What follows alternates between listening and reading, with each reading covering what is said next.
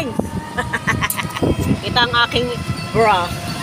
Bra lang ang laman, walang laman yun. Dito kami ngayon sa nakasakay kami sa e-bike. Punta kami ng palengke ng Pulilan. Sa Changi ba, ganun. At kasama ko ang si Risa, si Ate Wilda. Ayan. Follow for more.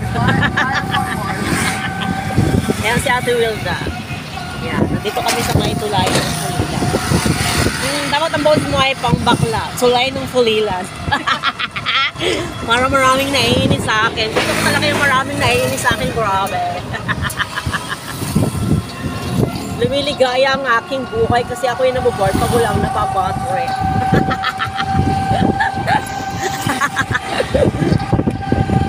Ayan ay patungong Market Pulilan. Nakasakay kami sa sa Pajero na Risa. Di bayaman kami. Anak kami ng mayaman. Wala ka eh. Joke lang yung guys, huwag kayo masyadong magalit. Huwag nyo kasi masyadong dinadamdam na ako mga sinasabi. Kasi ako yung napuboard lang din sa buhay. Pinapasaya ko ang aking sarili. Kaya pasayahin nyo rin ang inyong sarili.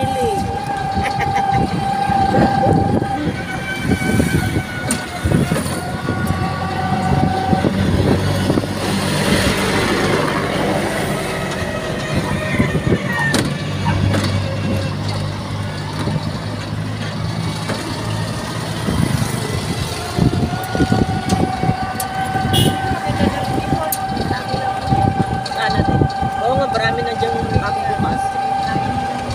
Ay. Ha? Nurse. Ay, naka-video ako ha. Galanin mo. Sorry.